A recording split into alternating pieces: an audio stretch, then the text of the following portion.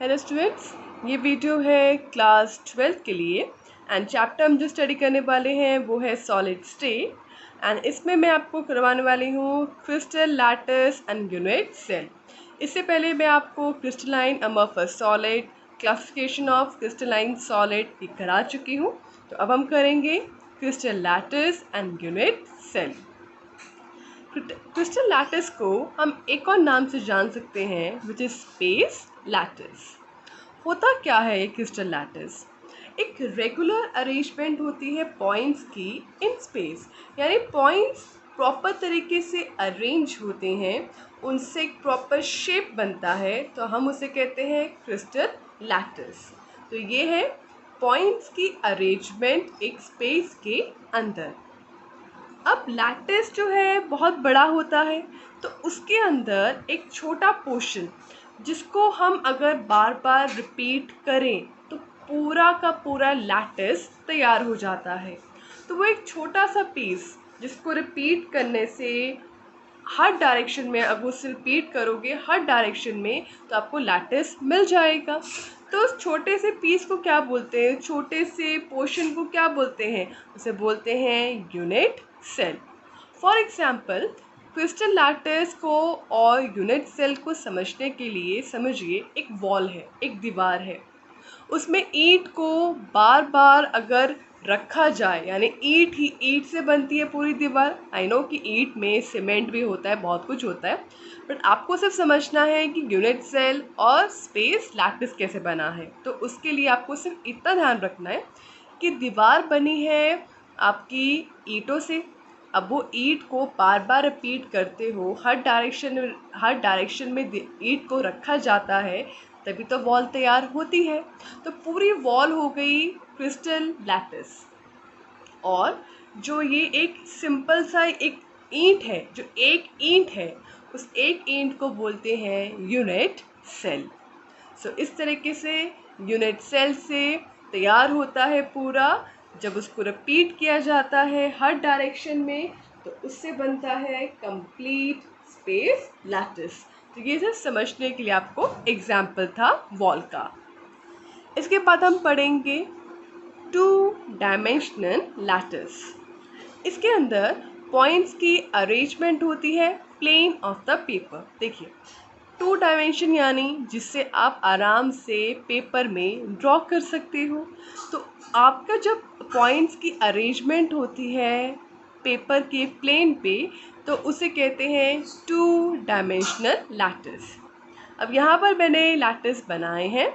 ये है dimensional lattice उनके यूनिट सेल के साथ। वो यूनिट सेल क्या हो सकते हैं? देखो, ये जो फिगर है वो है 5 डायमेंशनल लैटिस। दिखाती हूँ। With the unit cell as square, rectangular, parallelogram. Next is rectangular with interior point and rhombus. देखो, इन्हें बनाने के लिए हमें 4 पॉइंट्स को ज्वाइन करना है। अब ये जो शेप बना है स्क्वायर का, ये बना है रेक्टेंगुलर का, ये पैरेललोग्राम का, ठीक है, ये पॉइंट यहाँ पर है। एंड देन ये रेक्टेंगल का शेप है, थोड़ा सा जो प्रॉपर लाइंस नहीं है, बट ये रेक्टेंगुलर है। रेक्टेंगुलर में आप ये देख पा रहे हो कि एक पॉइंट अंदर है, तो इसे बोलते हैं इंटीरियर पॉइंट। एंड ये शेप बना है रोम्बस का। सो ये है टू डायमेंशनल लैटिस। अब कुछ केसेस के अंदर क्या होता है कि यूनिट सेल के पास इंटीरियर पॉइंट हो भी सकता है, जैसे कि मैंने आपको अभी दिखाया था। तो जिन यूनिट सेल में इंटीरियर पॉइंट होता है उन्हें बोलते हैं सेंटर्ड यूनिट सेल। और जिनके अंदर इंटीरियर पॉइंट नहीं होता उन्हें बोलते हैं प्रिमिटिव यूनिट सेल।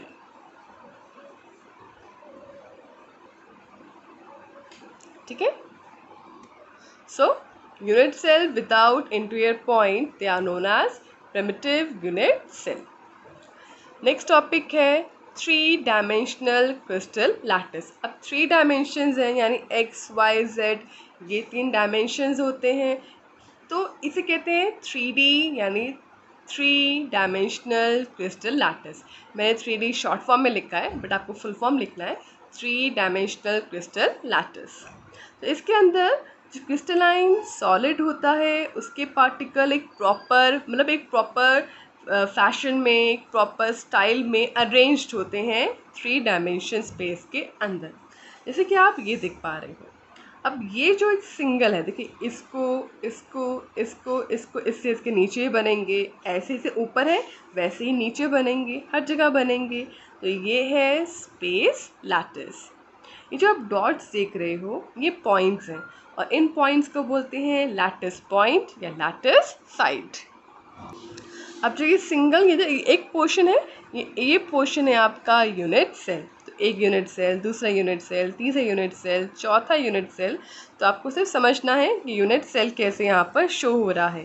तो ये देख पा रहे हैं आप, ये बॉक्स है एक, ये सिंगल बॉक्स कहलाएगा यूनिट सेल, दूसरा यूनिट सेल, तीसरा unit cell, fourth unit cell. तो यूनिट सेल से बनता है पूरा स्पेस लैटिस।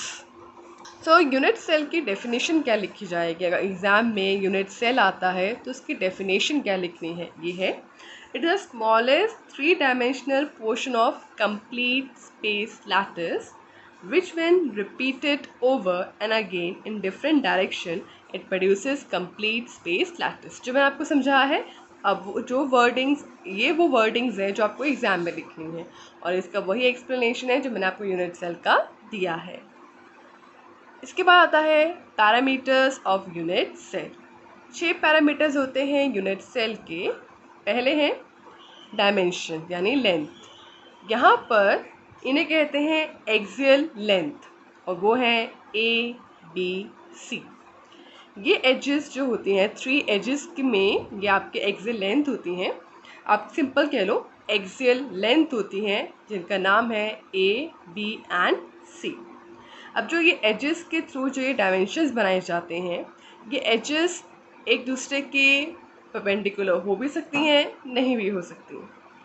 एंगल भी बनाए जाते हैं एजेस के बीच में, which are alpha, beta and gamma. अब मैं आपको इसे शो करके दिखाती हूँ।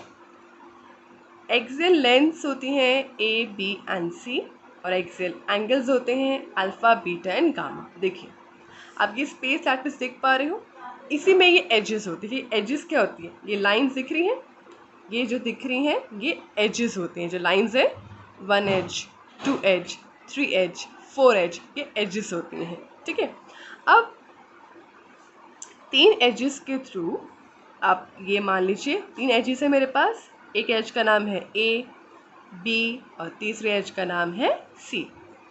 ए और बी के बीच में जो एंगल है उसका नाम है गामा, बी और सी के बीच में है अल्फ़ा, और ए और सी के बीच में है बीटा। तो सिंपल याद रखना है कि 6 पैरामीटर होते हैं यूनिट सेल के।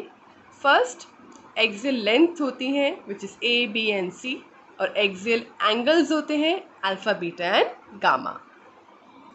नाउ इन पैरामीटर के बेसिस पे यूनिट सेल जो होते हैं वो 7 टाइप्स के होते हैं।